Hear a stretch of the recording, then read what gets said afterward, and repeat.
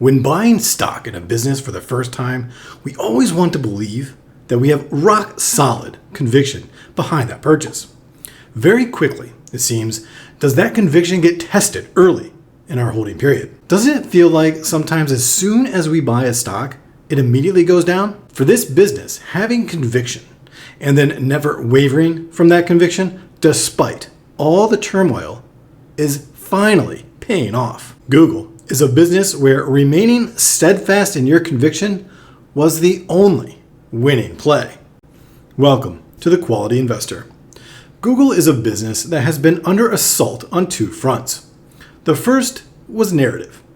A negative sentiment in the market persisted for over 2 years, and that sentiment, well documented on this channel, was search is dead. To be clear, that narrative still lingers, but is not as pervasive. Ever since ChatGPT was released in late 2022, many investors and the Wall Street knowers were proclaiming the death of search, and some seemed to do it with outright glee. ChatGPT would destroy Google's market share, they said, all while ignoring quarter after quarter of 10% plus growth in search and remaining completely ignorant to the real sleeping giant in Google's empire, Google Cloud. But before we get into it, please like this video and subscribe to the channel. It only takes a second, helps us grow, and you can stay on top of all the quality businesses in the market.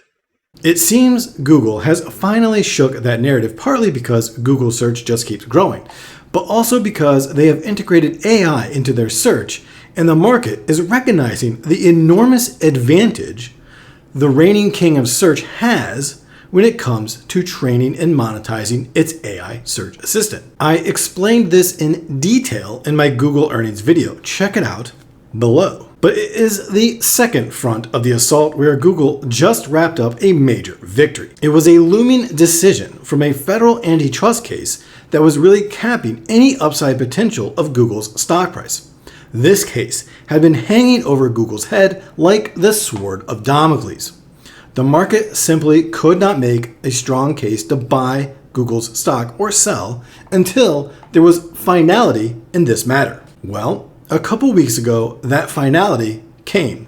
And on today's video, I want to briefly discuss the antitrust case and then unpack the federal judge's decision and what that means going forward for this tech titan. In 2020, during Trump's first term, mind you, the federal government alleged that Google hindered competition in the search market through anti-competitive deals with Apple and other mobile carriers. This allowed Google to accumulate 88% of the domestic search market.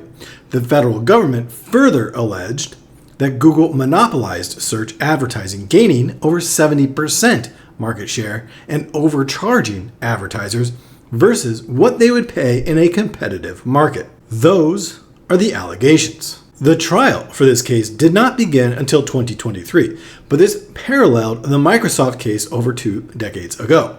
The allegations that Google engaged in exclusionary practices to hamper rivals is similar to Microsoft's alleged exclusionary practices in the 1990s regarding Windows installs. Even more, it was the remedies the DOJ was seeking that really spooked the market.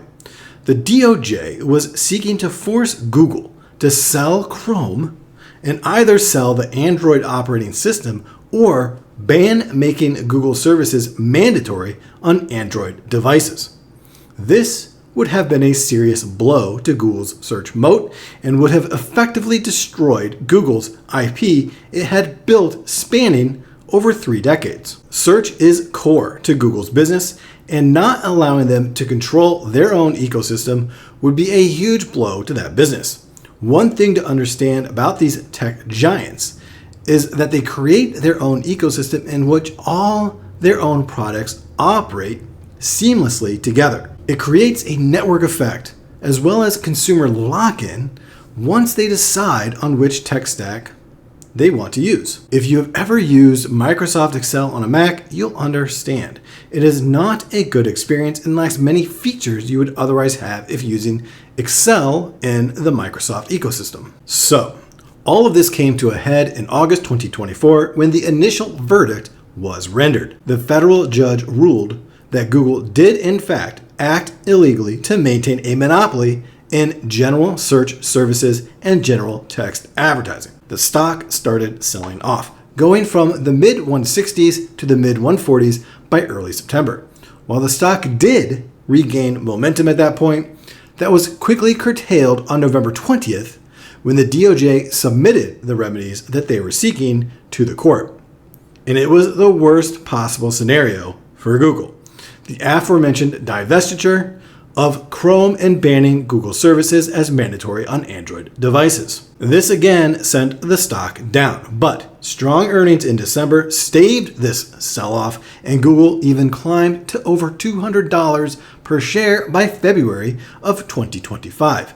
The search is dead narrative resumed, and Google had now been essentially flat for 18 or so months. But while the search is dead crowd crowed and the bears were cheering a potential breakup of the business, those with conviction in Google knew something else. We knew that Google Cloud was becoming a juggernaut. YouTube quietly became the most watched platform in the world, and AI was starting to aid search in ways that ChatGPT was struggling to compete against. We knew the goldmine that Google is sitting on, and we just needed a catalyst to finally reap the rewards. That catalyst finally came in the form of a punishment for Google. The remedies set forth by the judge in the case were seen as a clear win for Google investors, mostly for what they did not include. The judge ruled that Chrome does not have to be divested, and he did not ban Google services as mandatory on Android devices. It was seen as a loss for the DOJ and a win for Google. The remedies did include, however, a prohibition on exclusive distribution contracts for Google Search, Chrome, Google Assistant, and Gemini, a ban on agreements that condition licensing or revenue sharing for one Google app on the placement or maintenance of another, or prohibit partners from distributing competing search engines, browsers, or AI products. A requirement to share certain search index and user interaction data with competitors to help them improve their services. An obligation to offer search and search text ad syndication services to rivals, enabling them to deliver high quality results and ads while building their own capabilities. All of this is designed to break down Google's barriers to entry in search and prevent similar tactics in the AI markets. But will these remedies actually level the playing field? In other words, will this erode Google's moat in search and ultimately their power in the search market to command premiums? It is important to note that Google is appealing this decision, and they should. The point of these remedies is to allow competitors to catch up with Google for their own search capabilities. What these remedies do, however, is disincentivize innovation in search. I'll explain what I mean in a second. First, though, the second remedy, a ban on agreements that condition licensing or revenue sharing for one Google app on placement of another, will mostly hold up on appeal. This goes directly to consumer choice, and historically, courts tend to place that value above all else in these types of cases.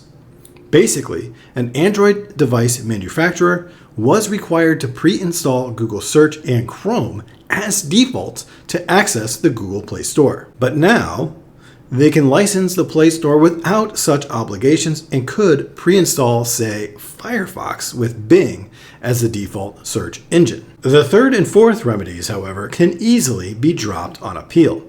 The third remedy, a requirement to share search index data, allows competitors such as Bing to use this data to enhance their search algorithms, improve result relevance, and better compete with Google.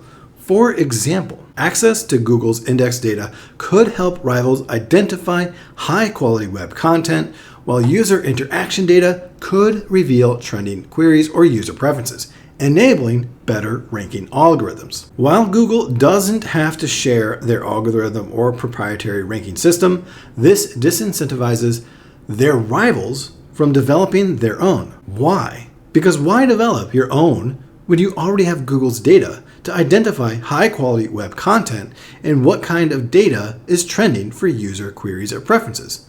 This is the same argument for the fourth remedy as well, and is what Google will actually argue to the court on their appeal. The fourth remedy is an obligation to offer search and search text ad syndication services to rivals. This remedy requires Google to provide competitors access to its search and search text ad syndication services. Syndication allows third parties like websites, apps, or other search engines to license Google's search results or ads to display on their platforms. For example, a site like ask.com might use Google's search results to power its queries while building its own technology. This remedy ensures rivals can deliver high-quality search experiences and monetize through ads while developing their own infrastructure. This is done to address the scale problem competitors face. Google's vast user base and ad network create a feedback loop where more users lead to better data, better results, and more ad revenue, which competitors struggle to replicate, essentially a network effect. By offering syndication, Google enables rivals to provide viable services and earn revenue while they invest in their own technology. This, like the third remedy, will incentivize rivals to rely on Google's output rather than develop their own. The ultimate aim of these remedies is to act as a temporary measure to help competitors to gain traction in the market while developing their own capabilities. It is supposed to break down Google's barriers to entry, which in this case is proprietary technology. I believe that Google will win these challenges, at least for the third and fourth remedy, because ultimately this won't incentivize any new search development. Rather, competitors will just rely on Google to provide it for them. Also, data sharing raises privacy concerns which courts are sympathetic to. Some legal experts think Google doesn't have much standing to appeal, while others question the effectiveness of the remedies in general, signaling this is the best possible outcome for Google. Overall, legal experts do predict that this case could reach the Supreme Court by 2027 or 2028. Now, clearly, the market viewed this decision as a win for Google. Since that decision, Google's share price has grown to over $250, up from just over $200 prior to the decision. But while the initial exuberance has been a nice boon to investors, there is more trouble on the horizon. In a separate case in April 2025, Google was found to violate Sections 1 and 2 of the Sherman Act by operating illegal monopolies in open web display advertising, specifically in publisher ad servers and ad exchanges. The remedies phase has not yet begun in this case, but the proposed remedies by the DOJ include divesting Google Ad Manager, which includes the AdX exchange, to break up Google's integrated ad tech stack, along with other measures like data sharing, advertising restrictions, and policy changes to promote competition.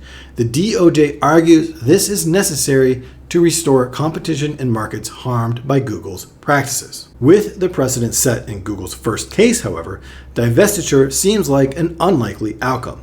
Google countered the DOJ proposal, calling divestiture excessive and harmful to publishers, advertisers, and innovation. Instead, it proposes enhancing interoperability in Ad Manager, allowing publishers to access third-party bids in real time without breaking up the business.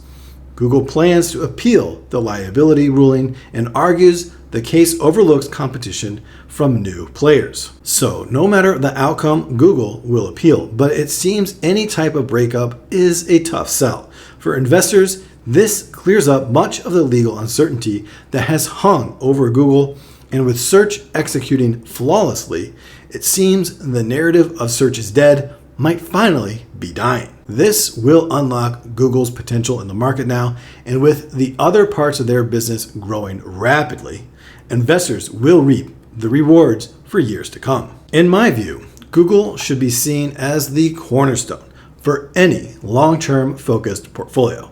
It is now my number one holding, and I believe is worth adding to on any dip, as it is becoming clear that price dips are divorced from the fundamentals and reality of this business. Thank you for watching today's video. And if you've made it this far, go ahead and subscribe to the channel. Thank you and happy investing.